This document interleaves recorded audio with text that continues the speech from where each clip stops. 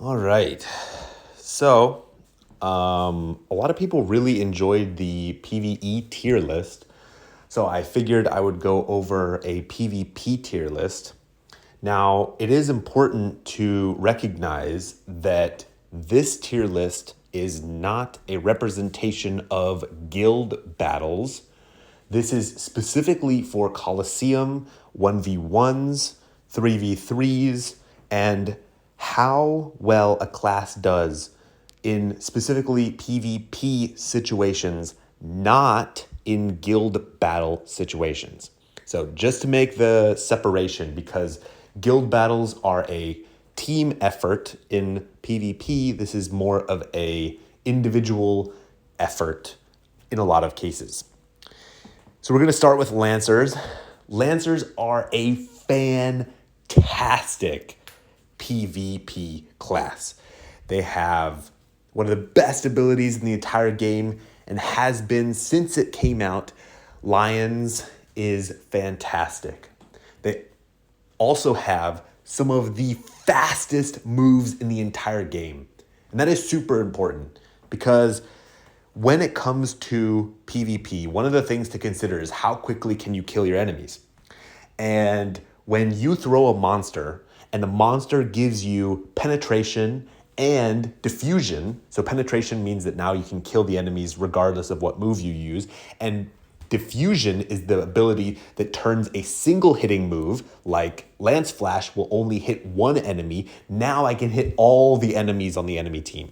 And so as soon as the Unison ends, I can use my ability and I am almost guaranteed to kill all of the enemies on the entire enemy team because my moves are faster. The combination of uni control, enemy field control as well, oh my gosh, enemy fields are so powerful, especially in PvP. The fact that you can control enemy fields, you can control Unison, uni gains on the enemy team, and you have some of the fastest, hardest hitting abilities in the entire game, makes Lancers an absolute S tier PvP class. They have been for years. And they've never really had a good place in the questing and PvE meta. And that's really what's made people shy away from Lancers, is because you couldn't flex into a lot of other classes. But now, Lancers are fantastic at everything. They're really good in PvP, they're really good in PvE, and they are all around good in guild battle as well. They're just an incredible class. Can't describe that enough right now. Soldiers. There is no other class that has as many uni increasing moves as soldiers. Soldiers are incredibly powerful when it comes to increasing your team's uni, and uni control in things like Colosseum can win games. Specifically Colosseum, it's kind of a free-for-all in general. And the fact that you can boost your team just a little bit more, especially like if for example, somebody hits your allied team, a lot of your abilities, and they have uni, and then the enemy's uni drain them, so now they don't have 100%, but maybe they're at 90% or 95%, and they're really, really close to getting 100% again. Having tons of options that increase your ability to gain uni for the entire team is really, really excellent. They also have some of the most broken abilities in the game when it comes to HP control. So if you don't know, when you damage all the damage reflection ability or damage reduction abilities in the game that apply to specific abilities. For example, guard is an ability that every class can use, and it reduces incoming damage by 90%. Soldiers have two other moves, Iron Fortress and Vigilance, I believe, that reduce your incoming damage by 50% and 40% respectively. This is not something that you can remove as an enemy unless you're time slicing. Like, for example, if you're a mage and you use time spellbook and you time slice it, then you can remove it. But there isn't a proc that exists. There isn't a monster ability that exists that can remove these effects. And this makes it so that Soldier can essentially permanently have 90% damage resistance incoming. On top of that, soldiers can protect the allied field uni from being drained with things like Silver Fortress, I think it's called. It's one of their buffing abilities. It increases their HP and also gives them one instance of uni reduction ignorance. So you just ignore a uni reduction that hit your entire team. And they also have some healing abilities. It's just an incredible PvP class. They also have a taunting mechanism, which is just so frustrating to face. So what you can end up doing is, like, let's say that I am playing my standard class, like a Berserker or something like that, and I'm trying to kill an enemy on the enemy team. If a soldier on the enemy team taunts me so that I'm forced to attack that soldier, then they can continuously stack 90% reductions on themselves. And so even if I wanted to try to kill the soldier, I couldn't do it. It would be almost impossible to kill this soldier. And it's so frustrating. They also have one of the best moves in the entire game. It's one of the best passives, the passives in the entire game. It removes incoming magic damage by 40%. Done. This applies to Unisons. It applies to incoming damage. It's just so good. To put it in perspective, when I run private PvP tournaments with my friends and people in the alliance and guilds and stuff like that, we have to ban 2 classes. And the class is always Soldier and Berserker. We'll get to Berserker in a little bit, but we just have to ban them because they're just too overpowered. So yeah, I would say without a doubt, Soldier, especially there was a specific type of soldier that came out a couple years ago now. It was a gun and archer soldier that stacked 90% on 90% damage reduction, incoming damage reduction, and was using abilities that specifically archers usually use. There's a gun ability that's attached to a weapon that penetrates both attack and that penetrates defense and magic defense. And it was a skill that previously soldiers didn't have access to. And man, it was basically impossible to kill this enemy. And at the same time, they were dealing so much damage, it was ridiculous. So in light of the fact that I was just talking about how overpowered soldiers and Berserkers are, I'm going to actually demote Lancer to A, just because I want to consider A as like 10 out of 10 and S as broken. So just as a, yeah. Archers. This is the place where archers shine. There are so many good archer abilities that penetrate and make it extremely difficult for the enemies to build a good defensive set. And the reason why is because archers have the most flexible damage in the game. They can do both magic attack and regular attack, and they can penetrate damage reflection, damage reduction, and damage nullification with different moves. And so there's no way to prevent incoming damage 100% of the time from archers. And it just takes one really, really powerful archer to use one ability, and you don't proc what you need to, and you're just instantly deleted. Archers are fantastic offensive machines. Unfortunately, archers are also super squishy, but in the realm of PvP, they are a good archer can be exceptionally strong. I'm going to put them in A. Also, as a side note, one of the things that's most important in Colosseum is the ability to do damage with your unis.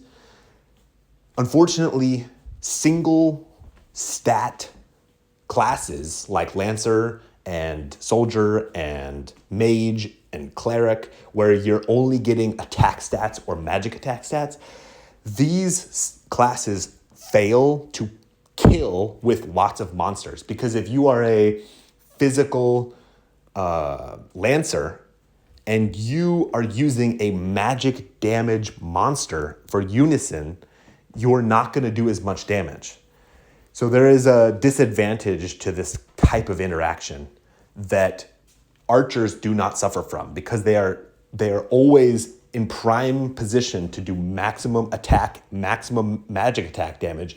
When an archer throws a Unison, there's a high likelihood of death, especially a strong archer.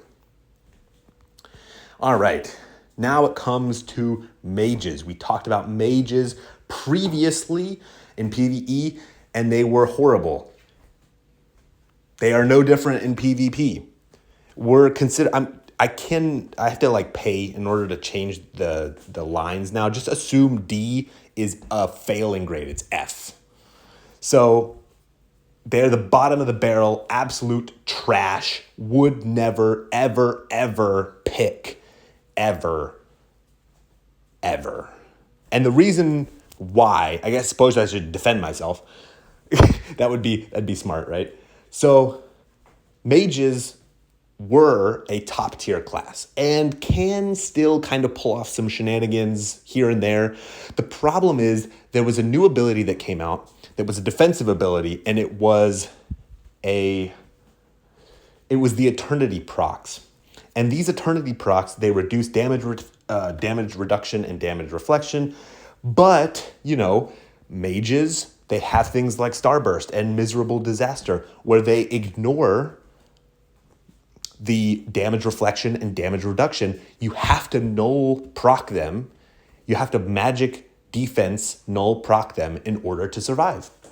However, these Eternity procs also reduced incoming damage by 3x. So somewhere like 50 ability power. And the problem was that these 50 ability power, that sounds way too much actually, now that I think about it. 10, 20, 30, 40, yeah, no, actually, maybe. Around 50 ability power, especially if you double proc them. And the problem is that when you are running with abilities that have extremely low ability power, like Starburst and Miserable Disaster, which have like 80 and 90 or something like that, 60, they have really low ability powers. You can just proc these Eternity procs and you will do 0 damage. I tested this extensively with a friend of mine who had close to 2 million magic defense, and I had 2 million magic attack, and I had hardly any magic defense. And if I double procced my Eternity procs, he did 1s to me consistently. So this class just is absolutely awful. If you can build a good defense set, which at some point I will also make a video for how to make a PvP set. If you can make a good, powerful defense set, mages will be no obstacle. They'll basically do nothing on the battlefield. Let's talk about clerics. Clerics are at the bottom as well. And the reason is pretty obvious. They have no damage, so you're relying on your team. And in something like Colosseum, especially, there's always a chance that you don't have a lot of good teammates. The second reason is because, well, you can only heal somebody if they are still alive. In the current meta, people die instantly. I have seen myself do 9 million damage with a single hit on an enemy in PvP. There is no class in the entire game that has 9 million health. Therefore, if you one-shot an enemy, you can't really heal. I don't think I need to, I don't really think I need to go into any more detail. It's bad. There could be an argument that specific types of clerics, like the Lancer cleric, could potentially have a place in 1v1s. And the reason why is because Lancer clerics can apply rejection on the enemy, and rejection prevents a person from gaining cost and uni. And so if the enemies can't gain cost, then they can't attack. And if they can't attack, then you will by default eventually win. So there is some weird shenanigans there that can happen. Also, it is worth noting that clerics are the only class in the game that I can think of that have damaging abilities that cost 0 to go off. And the reason why is because I think Silver Guardian or Silver Guidance or something like that. It's one of their book relic specific abilities. If you use that one specifically, it takes part of your HP and gives you, it's like a ether exchange. It gives you cost. And so it costs nothing. So there are some instances in the past where I've run Cleric, I have had no cost, and the enemies have applied things like rejection to me, and I can't heal and I can't do anything. And it's really unfortunate for them, but I was able to kill them with this move. And it was super niche, didn't happen often at the time. Most of the time, if I had 0 cost, I was dead. I just want to throw that out as a thing that exists. I also wanted to point out that if you hate getting hit with status ailments, clerics are the one to go. They have a bunch of bonuses to status ailment resistance, and that is one of the main reasons why I used to main them, because I hate getting hit with status ailments, and it is nice to be able to have that extra resistance. They are pretty bad though. Rooks, I'm going to put in the C tier. Rooks do not have a good place right now. They can do good damage, and there are some good shenanigans that you can run. If you run things like Immortal Heart, where you basically can't die, and you're the only one left on the enemy team, there's a chance that you survive, and you can kill the enemies. The problem with Rook, there's quite a few of them, and Rooks do good damage. They also have some excellent healing abilities. They're one of the only classes in the game that has an ability that can heal CP, and they have not only 1 but 2 abilities that heal CP, and one of them is a dot heal over time. The other one is it's just a one time and it happens instantly. So the combination of double healing makes them much better as far as the healer is concerned than clerics. I will say that they're still quite weak. And in specifically like 1v1s and 3v3s and stuff like that, Rooks have a place, and they definitely have a place in guild battle as well. There are also instances where, for example, if we just got out of uni and you use something like Devoted Sacrifice, where you protect the entire enemy team, there's a high likelihood that you don't die and you can retaliate and kill the enemies. So there are some instances where there is benefits to having Rooks. They can also taunt like soldiers. So there's that as well, which is an unusual kind of situation. The problem is their attacks are super, super slow. Like you will activate your ability to try to kill the enemies. And in 3 to 5 business days, you'll know how much damage you did, but you probably won't make it that long. And it's just tragic, honestly. But the most tragic thing is the fact that currently, if you play Rooks incorrectly, you can just lose for your team instantly. So here's a great example.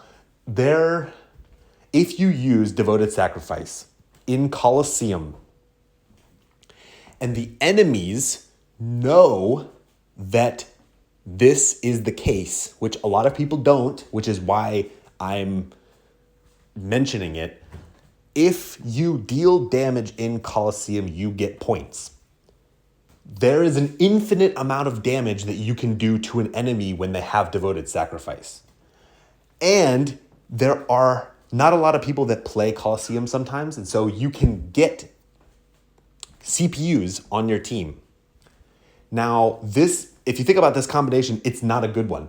For example, if I'm on the enemy team and the other team uses devoted sacrifice and they have a CPU on their team, I target their CPU, I attack and deal millions of damage instantly. If my whole team deals millions of damage instantly to this CPU, we have just secured hundreds of thousands of points. And this can accumulate over the course of a game. I've seen an enemy team that had 2 million points because my Rook decided that he wanted to DS all the time. And so we were getting farmed like nobody's business. So just be aware that I would say that Rooks are probably B, but because of how horrible they are in Colosseum right now, especially how people use them incorrectly, I have to put them in B. Or in C. It's just tragic. They're really, really bad. On to the next broken class. So Berserkers benefit from the same thing as archers. They can penetrate basically every aspect of defense that a person can put up. They can do regular attacks. They can penetrate nullification. They can penetrate damage reflection and damage reduction.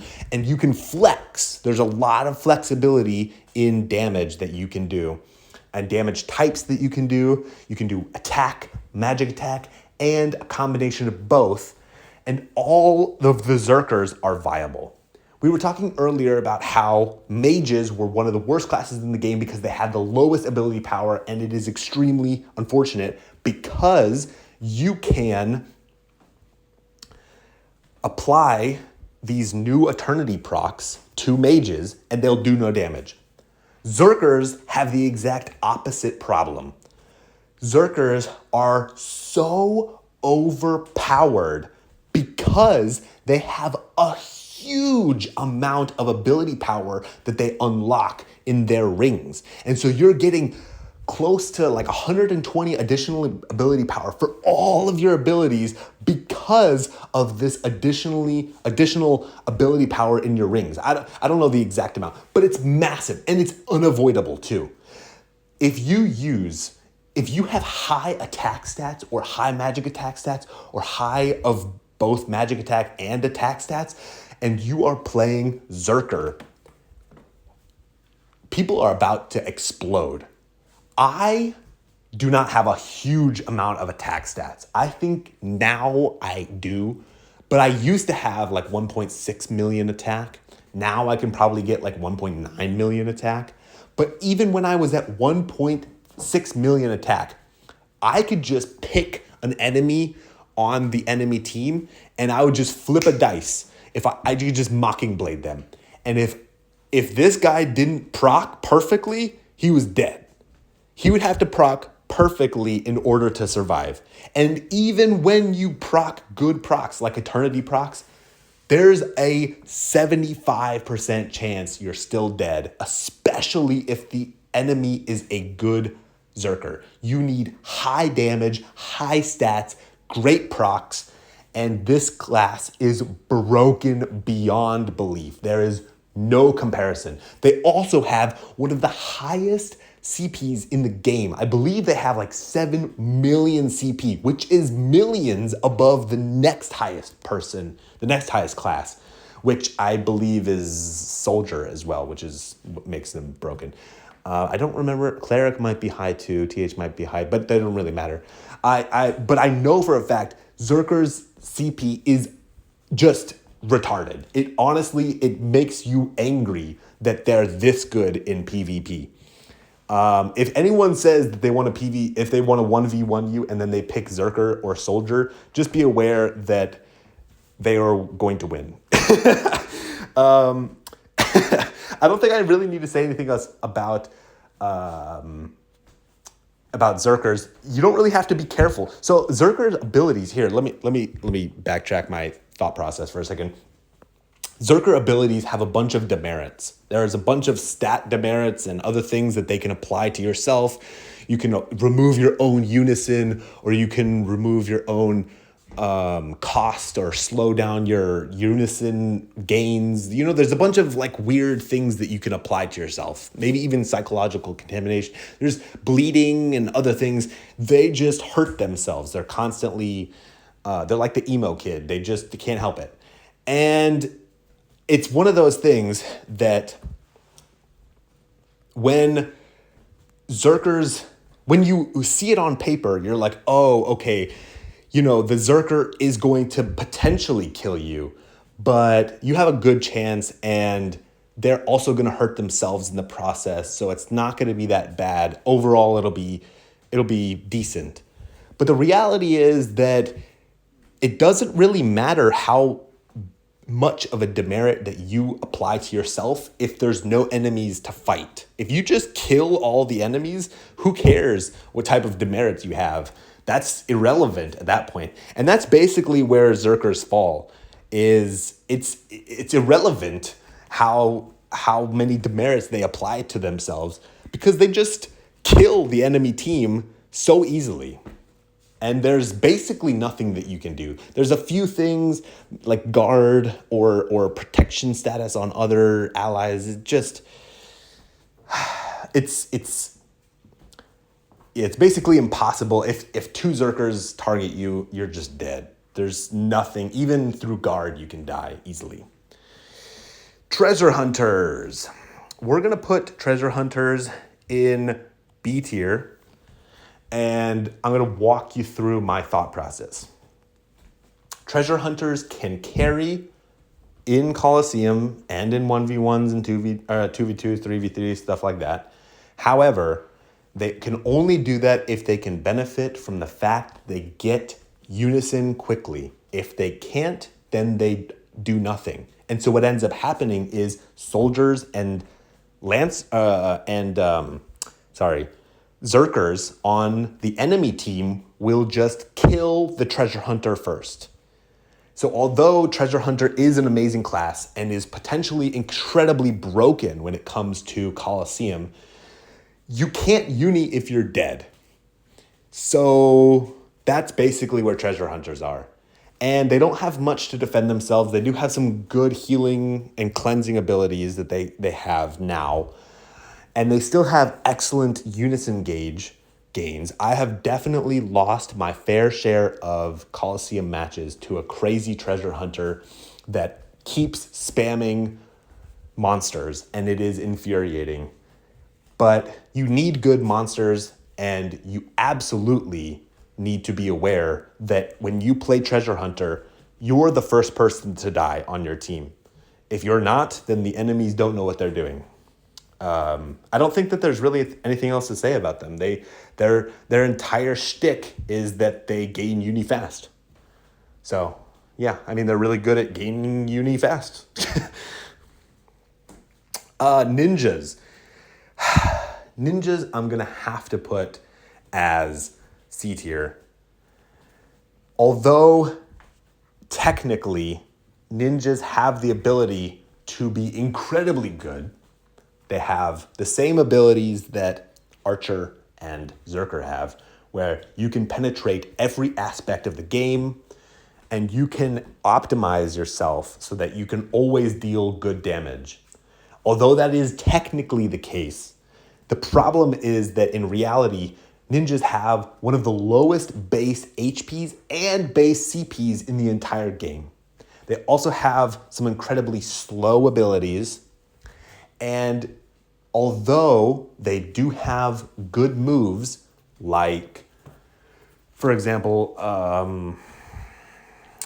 there's a slash ability and a phoenix ability that both hit the entire enemy team and are the only ways to remove something like devoted sacrifice from rooks that protect the entire enemy team. Although that is the case, they are still bad. And the reason why is because there are other classes that can hit faster than those abilities. Even though they are really, really fast abilities, other classes can hit just a little bit faster. And right out of uni, there's a high probability that you're dead.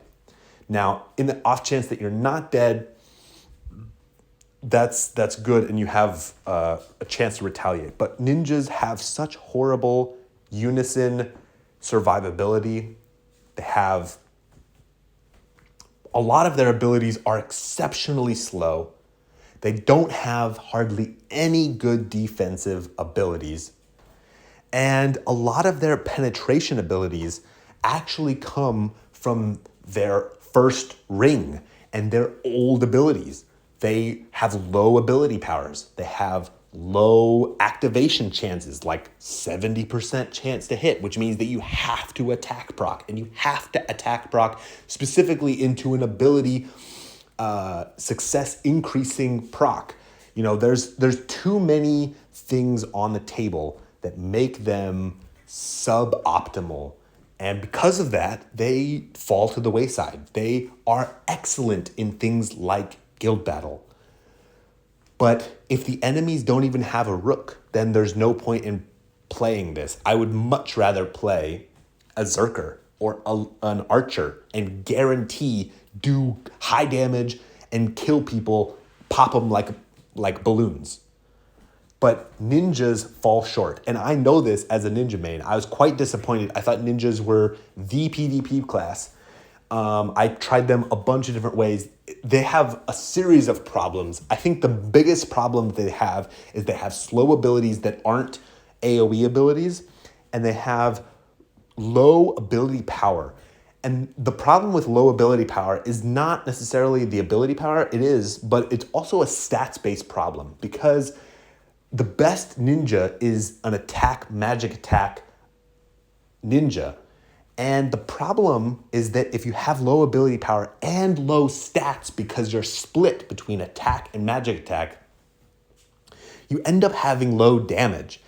And there's no way around it. You simply cannot kill people as consistently as archers and Berserkers. And so the question is, why would I pick a ninja over a Berserker or an archer? And the answer is because I want to have one ability that's quick and can potentially kill the entire enemy team with an AoE ability.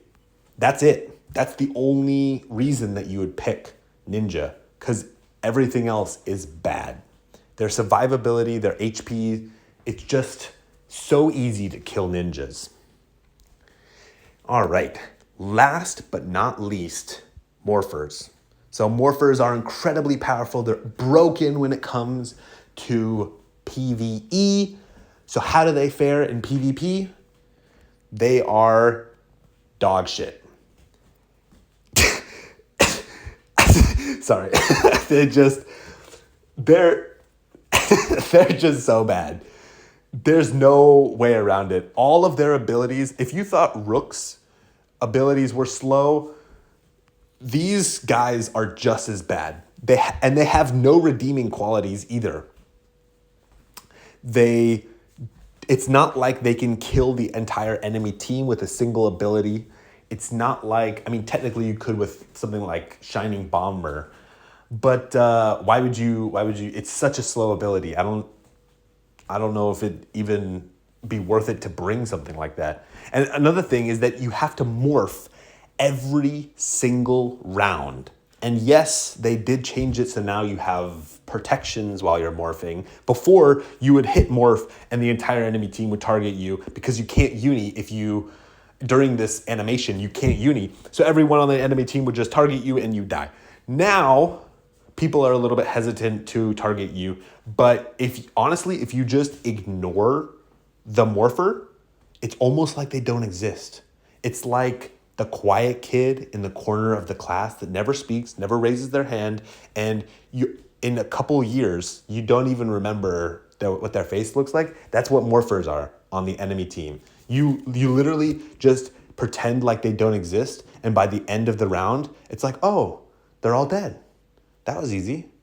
And that's it. Just Morphers, they just suck. There's no if, and, or buts about it. Their flexibility is atrocious. They have no penetration abilities. They have no way of dealing massive damage. They have things like Shining Rainbow Storm or something like that. They have like one ability that's like a meme ability that if you had already thrown a monster, that you have the potential to deal a massive amount of damage and kill all the enemies. The problem is that that ability is so slow. By the time it goes off, your teammates have already killed all of the enemies. So, yeah. And even if your teammates didn't kill the enemies, it's so obvious that the whole enemy team can just be like, oh, okay, he's gonna use the move, just hit guard. All right. And by the time guard's finished, then we can fight on an even playing field. Yeah, Morphers, they do potentially have a place in guild battle, but there is no place for them in PvP. And there's definitely no place for them in Coliseum. I see Morphers all the time in Coliseum. Please stop playing Morpher. I don't want you on my team. And nobody else wants you on their team. I'd rather have a Cleric, to be honest, on my team. So yeah, that is the tier list. Looking at it again, I am quite satisfied with this. I think this is exactly where I would put basically all of these classes. I'll go over I'll make a guild battle one soon as well. Alrighty, I'll catch you guys later. Peace.